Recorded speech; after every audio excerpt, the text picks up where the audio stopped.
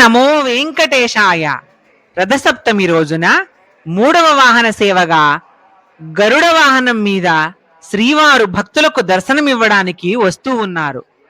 భక్తులందరూ క్షణము కూడా రెప్పపాటు వేయకుండా గరుడ సేవ చూడడానికి ఆతృతగా ఎదురు చూస్తున్నారు. ఆ మంగళ వాయిద్యాలు వింటూ ఉంటే గ్యాలరీలో కూర్చున్న భక్తులందరూ ఇదిగో స్వామి వస్తాడు, ఇదిగో స్వామి గరుడ వాహనం ఎక్కి వస్తున్నాడు, ఒక్క క్షణమైనా స్వామిని చూడాలి గరుడ వాహనం మీద అని తిరుమలకు చేరుకునేవారు ఎంతమందో. ఆ గజవాహనాన్ని చూడగానే, ఆ గజరాజుల్ని చూడగానే గ్యాలరీలో ఉన్న భక్తులందరూ లేచి నిల్చుంటారన్నమాట. ఎందుకంటే ముందు గజరాజులు వస్తారు, వారి వెనుకలే ఈ వివిధ నృత్యాలు, వివిధ దేవతా ఆహార్యాలలో ఉన్నటువంటి కళాకారులు వస్తారు, వారి వెనుక స్వామివారు వస్తారని ఆ గజరాజును చూడగానే అలర్ట్ అయిపోతున్నారన్నమాట ప్రతి వాహనానికి గ్యాలరీలో ఉన్న భక్తులు. కపిలాక్షం గరుత్మంతం సువర్ణదృశ ప్రభం దీర్ఘబాహుం బృహత్ స్కందం వందే నాగాంగభూషణం అని గరుడుణ్ణి స్మరిస్తూ ఆ గరుడ వాహనాన్ని చూడడానికి భక్తులు ఎదురు చూస్తున్నారు.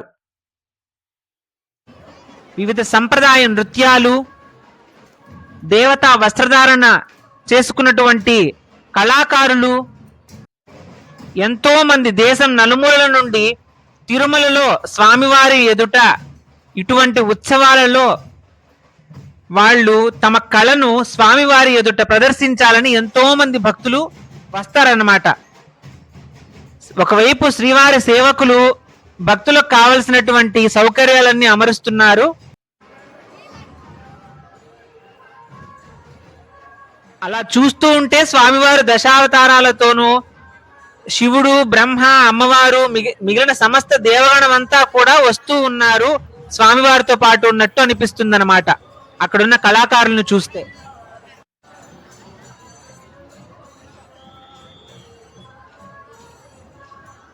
ఆ గరుత్మంతుని చిగుళ్ల పొట్లాల వంటి 2 అరచేతుల్లో ఎర్ర తామరల వలె ఉన్న తన 2 పాదాలను పెట్టి వైభవాన్ని ఒలకబోస్తూ వస్తున్నారు స్వామివారు.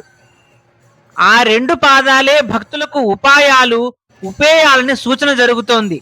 ఇదే ద్వయమంత్ర సారము. ఆ గరుడ సేవే ద్వయమంత్ర సారమని భక్తులు గమనించాలి. అటువంటి గరుడ వాహనం ఎక్కిన శ్రీవారిని చూసి పెరియాళ్వారు పల్లాండు పల్లాండు అంటూ మంగళాశాసనం చేశారట. గరుడ గమన రారా, నన్ను కరుణ నేలుకోరా అంటూ రామదాసు స్వామివారిని ప్రార్థించాడు. దాసవర్గములకెల్లా దరిదాపు మీరే కాన వాసికి నెక్కించరాదా వసుధలో మమ్మును,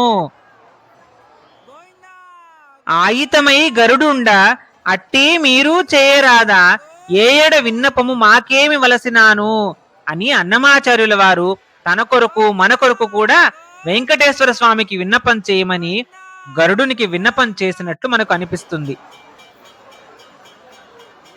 ఆ కలియుగ ప్రత్యక్ష దైవమైనటువంటి శ్రీ వెంకటేశ్వర స్వామి వారు గరుడ సేవలో ఇలా చెప్తున్నట్టుగా భక్తులు భావిస్తారు. భక్తులారా, సర్వకాల సర్వావస్థల యందు మీ రక్షణకై శంఖ చక్రాది ఆయుధాలను ధరించి గరుడుని అధిరోహించి నేను సంసిద్ధుడనై ఉంటాను, నన్ను శరణు వేడండి, నా పాదాలను ఆశ్రయించండి, మీ రక్షణ భారం నాకు వదిలేయండి, మిమ్మల్ని నేను తప్పకుండా రక్షిస్తాను అని స్వామివారు భక్తులకు నేరుగా ఉపదేశిస్తున్నట్టు మనకు ఈ గరుడ సేవ చూసినప్పుడు అనిపిస్తుందన్నమాట. ఆ భావంతో ఆ వెంకటేశ్వర స్వామి వారిని గరుడోత్సవంలో చూసినప్పుడు భక్తులకు అది సర్వపాపహరంగాను అన్ని శుభాలను కలిగించేటటువంటి అంశంగాను భక్తులకు అది తోస్తుంది. జీవితంలో ఒక్కసారైనా ఆ గరుడ సేవ చూడాలని తిరుమలకు వచ్చే భక్తులు ఎంతమందో. దాస్య భక్తికి ప్రతీకగా నిలిచి జ్ఞానము, మోక్షాన్ని గుర్తు చేస్తున్నటువంటి ఆ గరుడ వాహనాన్ని చూసి భక్తులు అశ్రునయనాలతో హారతుల్ని స్వీకరించారు. అశేష భక్తజనము నడుమ స్వామివారు గరుడ వాహనం మీద భక్తులకు అభయాన్ని ప్రసాదిస్తూ ముందుకు కదిలారు.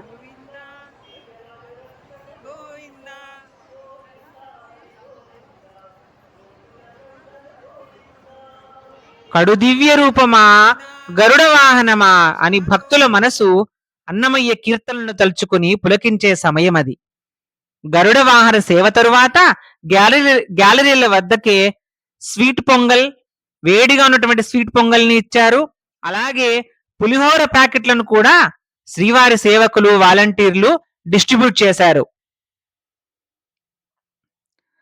త్రాగునీరు కూడా మినరల్ వాటర్ బాటిల్స్ అందుబాటులో ఉంచారు. అడిగిన వారికి అడిగినన్ని ఇచ్చారన్నమాట.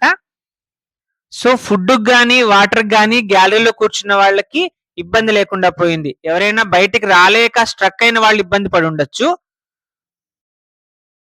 మూమెంట్ ఉన్నంత వరకు, అంటే భక్తులు యాక్టివ్ గా వెళ్లి అడిగినంత వరకు వాళ్ళకి అడిగినన్ని ప్యాకెట్లు ఇచ్చారు. పులిహోర ప్యాకెట్లు, స్వీట్ పొంగల్ కూడా ఒక్కొక్కరికి 2 ఇచ్చారు అడిగిన వాళ్ళకి. వాటర్ బాటిల్స్ కూడా 4-5 బాటిల్స్ ఇచ్చారు.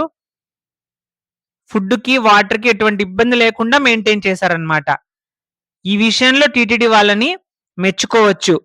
ఇంతమందికి సమయానికి ఆహారాన్ని, త్రాగునీరును అందించి భక్తులకు ఎటువంటి ఇబ్బంది రాకుండా చూశారు. మరిన్ని వాహన విశేషాలు మిగతా వీడియోలో చెప్తాను. ఓం నమో వెంకటేశాయ.